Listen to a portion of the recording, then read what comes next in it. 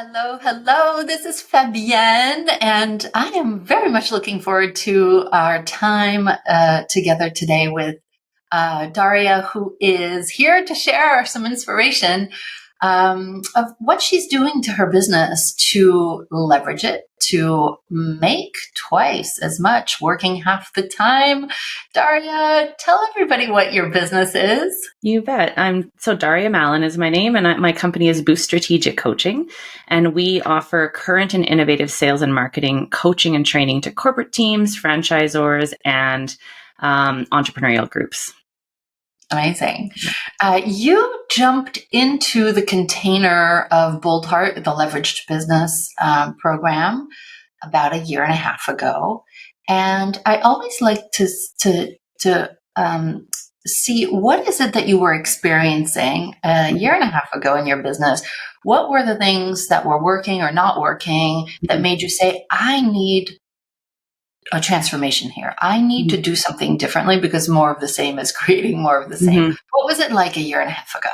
Yeah, it was more and more of the same. And I started Boost Coaching 8 years ago, and it was private one-on-one coaching for entrepreneurs.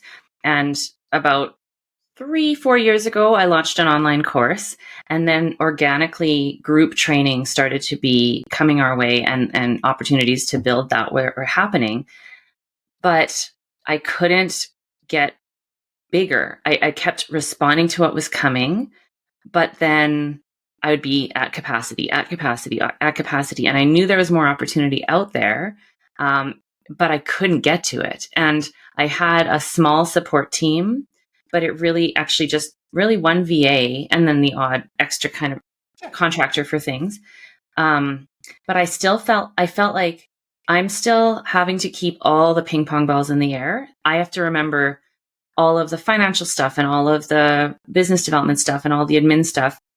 And then I have to delegate it. And then I have to be the one to approve it all. So I felt like I was just doing all the things, and just I couldn't seem to give anything away. And it wasn't because I'm a control freak. I just didn't know how to build a system and process and get the right team in place that could own parts of it so that I could breathe.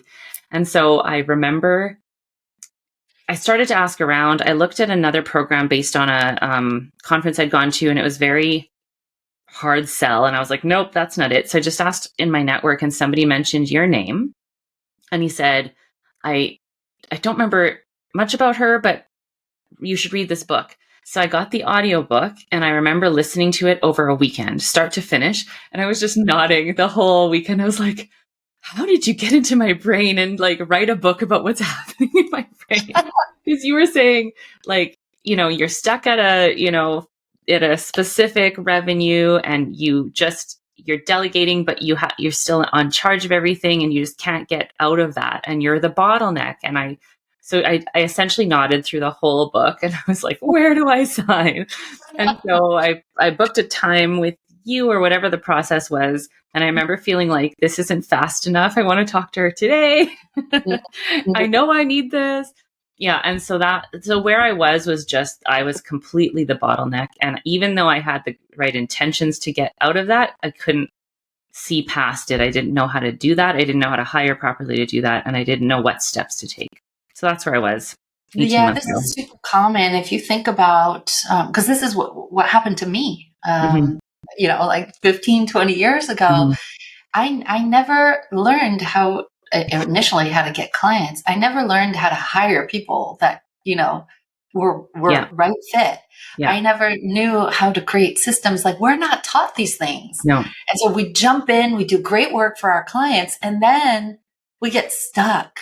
Mm-hmm. And it can be really frustrating. Were you working evenings and weekends, Daria?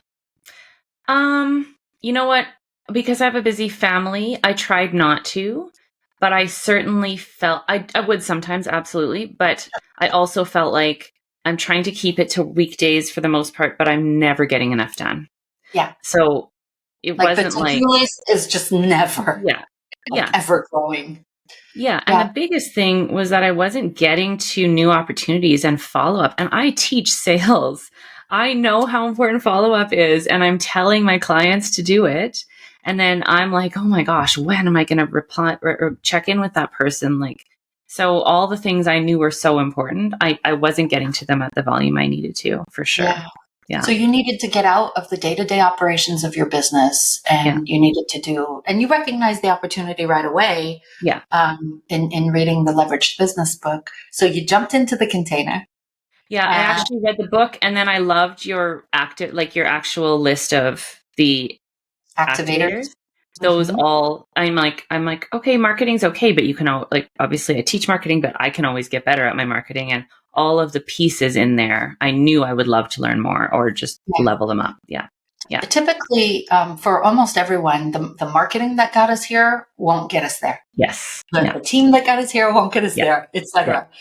So this is what we teach in the program. So you've been in for a year and a half, understanding this is a journey, and Mm-hmm. that we all have bigger places to Mm-hmm. go, and you're not finished with the program yet. Mm-hmm. What have you been able to create as a Mm-hmm. result of what you've already implemented, Yeah. understanding we're still in the middle of it? Yeah.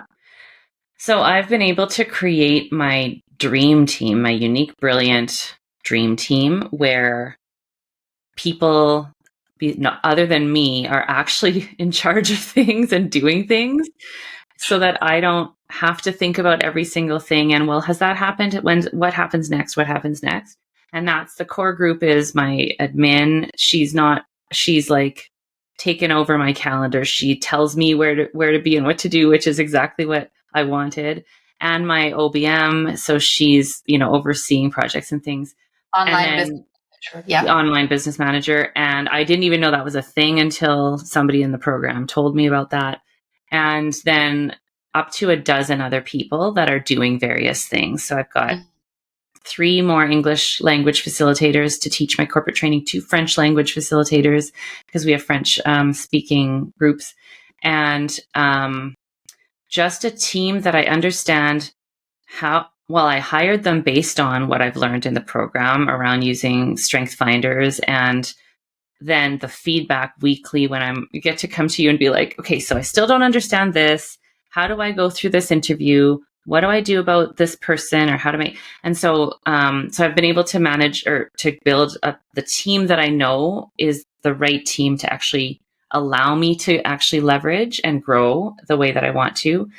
The systems, and so we're using the way that we're planning, the way that we're doing our goal setting, which goals we're even working towards.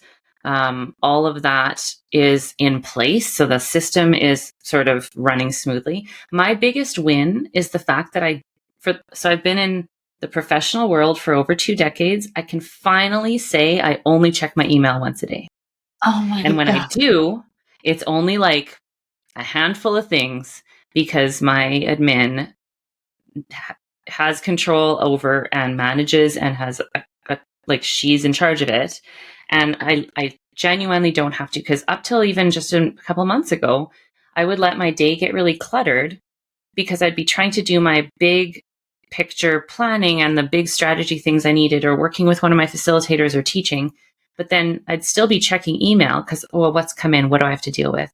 So that is my biggest win, I think, is just that I can look at my day, see big chunks of things that are really important that I can get done because my day isn't getting cluttered with things coming in and me having to like respond to them. So I Yeah. think that alone is like life changing. It's Yeah. amazing. I've been saying for years that it's really impossible to grow your business exponentially in between client appointments. Yes. It's Yes. not something that you can just put on your to-do list and like Yeah. try to wedge in 15 minutes here or Yeah. there. And so our job as women in business who want to grow exponentially and scale the business while working less Yeah. is about doing less and thinking more. Mm-hmm. And every aspect of the leverage business methodology, Yeah. it dawned on me only like a couple of years ago that it's about removing you from the Yeah. day-to-day operations of the business that are just focused on coasting or whack-a-mole things, Yeah. as opposed to like, oh my God, let's work on, Yeah. 2 times to 4 times the business Yeah. in a year or 2 years. Yeah. Well, and I'll tell you other things that we've been able to implement. Where I did a brand refresh. We have a brand new website coming out right away. We have implemented the profit first model in how we manage our finances. I can look at cash flow projections more consistently. I can look.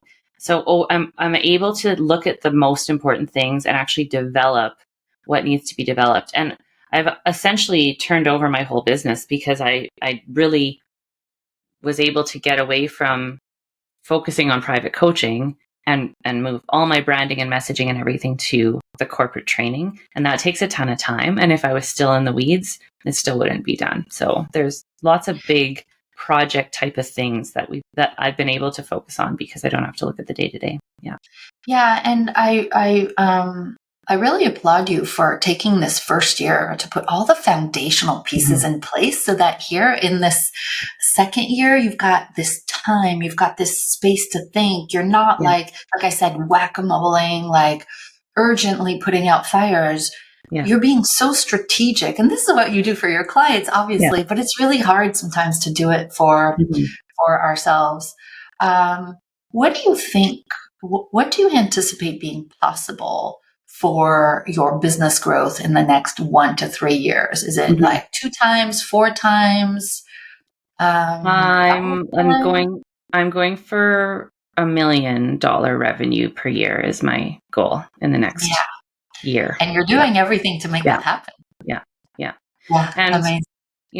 you always think you should get there sooner, but I did need to get my team in place properly. And it took a little bit longer because I had a couple of missteps and, hired, even though it didn't line up exactly, but it was okay. And then no, it wasn't. You need to go with your gut a little bit more. And I learned, to make quicker decisions on things like that if something's not working. So it took a little longer. I also know in the coaching industry that number isn't very common. And so that's kind of my goal for the next year. And yet, as you know, our every time we meet, we're talking about normalizing women at $1 million with 14 weeks of vacation a year. This is not about putting on our masculine mask and just saying like, oh yeah, I want a fourth Lamborghini in my garage. Who cares? For us, it's about like the impact, making our own money and lots of it, and also having this delicious life where we can be with our kids and not say one more email and mommy will be right there, and we can go on vacations without our laptop. That's the whole point. But it's like normalized here. Daria, what are the aspects of the program that you think you lean on the most? I appreciate that you're on like almost virtually every Q&A call with me every week, and you always bring a question, and you really lean on that. I do. Well, I think that would be the number one for me. So I'm a provider of business coaching, but I've always been a consumer of that because I believe that you'll get there faster with fewer mistakes or challenges if you're working with people who've already done the thing, and then you could just ask them, how did you do the thing? And so why would I not take advantage of that for people who are even further down than I am, down to where I want to be? So Q&As for sure, because something comes up between everyone, and I'm like, okay, now I need to talk to her about this. So I just have an ongoing note going that I'll throw my question in, so I remember what I was going to ask you. And then my pod group and Summer are the facilitator with our yearly strategy sessions. Really, just send that, like they create that roadmap. So those two, and then the activators. I'm always so annoyed if anything else ends up booked in that day that I have to leave even for an hour because I don't want to miss anything. And usually I'm not a big like breakout room fan for other things, but these are always so valuable because you really do get insight and ideas from the groups that you're talking to. But the content itself, it's just all gold. And then you don't implement it all right away because you can't, but I have all my notes and I'll keep going back. But because I have a great team, I can also go to the end of these activators and take my action plan and just send it to them and be like, here's the future things we're going to do. So, and then I do enjoy the videos. And I even I updated my whole brand. I went through a bunch of the marketing videos actually, and kind of followed your process to update my marketing plan. So just, Yeah, yeah, I really think it's well, I created it, you're like, but it's great. it's it's been 23 years Yeah. of slicing and dicing it so that it's a predictable process Yeah. that works 100% of the time when you show up and you follow the Yeah. recipe, right? That's what we're Yeah. always saying. Yeah. But this idea that you've got the personalized coaching, you've Mhm. got the masterminding, you've got the content, you've got the quarterly meetings, you've got the community. Can you talk about the community for a moment?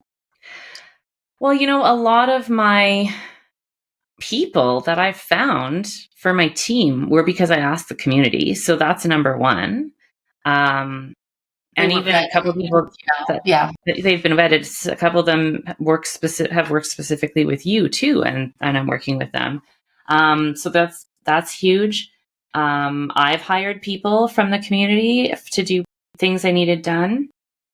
And I think it's just that they've got you and they're watching you through the process. Like Jeremy's in my pod group, and yesterday on the Q&A, we were talking through a challenge I'm going through, and he's like, "You've got this." I'm like, "Jeremy's there for me." Right? So just having that small group that knows you better is great, and then you see them in all the activators and in lots of the Q&As. And then, yeah, like I know you've said, you thought that everybody would buy it for the content, and they do, but it also is the community, Yeah. because you do learn from your peers, and you also go, okay, I'm not alone. Also, seeing other people ask you questions that are the same challenges I've had, it's okay, I'm not alone. Yesterday in the Q&A, one physician was like, I don't know how to do this thing, and then another physician in the room was like, this is how you do it, and she's like, okay, right? Because It's brilliant. it was like industry specific insight that the community could bring to the table. So I've made a point of having coffee chats outside of these groups with people in the community, because that's how you build business as well. It's through relationships. So Yeah, yeah. exactly. Yeah, like I said, you lean into all aspects Yeah. of the program, which Yeah. is why you're gonna reach that million. Yeah. Anybody who shows up and follows the recipe does. Yeah. 100% of the time. Yeah. What would you say to somebody who's the bottleneck in her business and she's listening right now Mm-hmm. and she's hearing Mm-hmm. about your transformation and Mm-hmm. progress, and she's like, should I book a call? Should Mm-hmm. I read the book? Should I take the assessment? Like, what would you say to her? Like, you're gonna get there if you have the formula. Like, why would you not access the formula? I was just on a walk yesterday with my husband, and I don't know how many times I've said, oh my God, it's the best program I've ever taken. This happened this week because I understood this and this and this. And so, I mean, you're not going to you're much more likely to hit your goals knowing what to do compared to not knowing what to do. So this just gives you the full outline. Like, it just walks you to your finish line essentially. So I don't know why you would ever not. And as far as investing in professional development, those who do, they're more successful, right? It just is. That's what happened to Yeah. me, right? I tried in the beginning, I tried doing it on my own, Yeah. and then I actually became jealous and resentful. I'm showing you my like non-spiritual side, right? Yeah. I would get resentful of other people who were growing so much faster than me, but then I wasn't, and I see they were investing in themselves, but I wasn't doing it. It was like, oh, I should be able to figure this out on my own, or oh, that's an investment that I'm not willing to make. And it's when I started getting over myself Mm-hmm. and saying, you know what, I am my best investment. Mm-hmm. If I invest in me, I get to keep it for years, Mm-hmm. for my whole career. And that's when everything changed for Yeah. me. So, Totally. and because you offer this Yeah. also. Yeah, exactly. Yeah. You learn it and then you reapply it for the whole life of your business or your career. It's not just the Yeah. moment. And like you reaching 1 million is not a one-time No. thing. It's 1 million or more every year Yeah. for the rest of your career. Yeah. And so that adds up to, Mhm. I don't know, for some people, 15, 40 million. Yeah. It's like Yeah. invest in yourself, I think is what we're saying. Thank you so much, Daria, for joining me and sharing the beginning of your journey as you get to 1 million. Super inspirational. Happy to. Yes, thank you for having me. I really appreciate it. Yeah.